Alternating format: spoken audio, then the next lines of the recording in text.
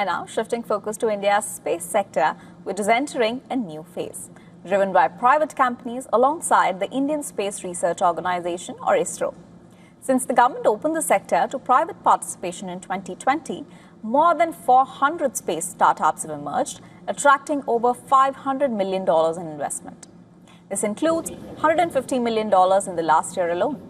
India's space economy is currently valued at $8.4 billion, accounting for about 3% of the global space market. But the aim is to expand it to $44 billion by 2033 and $100 billion by 2040. The next major milestone is expected when Skyroot Aerospace launches Vikram 1, India's first privately developed orbital-class rocket capable of placing small satellites into low Earth orbit. India's commercial space ambitions are built on decades of achievements by ISRO. The country became the first Asian nation to reach Mars orbit in 2014, and in 2023 it became only the fourth nation to achieve a soft landing on the moon.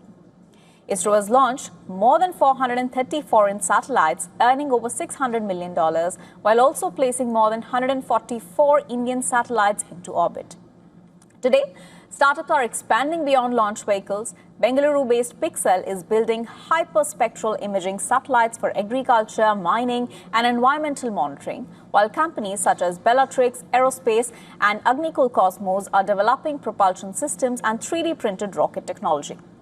Entrepreneurs say ISRO's infrastructure and expertise have created the foundation for India's growing private sector ecosystem. India's space ambitions now extend beyond exploration into commerce, technology, and national security.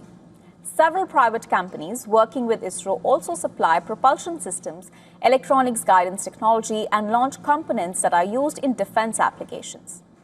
Demand for satellite data has also increased amid rising geopolitical tensions, creating new commercial opportunities for Indian firms. It doesn't make sense for ISRO to have satellites that are building for commercial purposes. Again, it's a taxpayer-funded entity for research. So we take up the mantle of saying we will build and operate satellites that are commercial in nature, not only for data that is required within the country's agencies, like Ministry of Agriculture might need something, some other states might need something, but also then exporting that services globally. At the same time, ISRO is preparing for its first human spaceflight mission, Gaganyaan, with the first uncrewed test expected in late 2026. Looking ahead, India plans to establish its own space station by 2035 and send an Indian astronaut to the moon by 2040. Okay.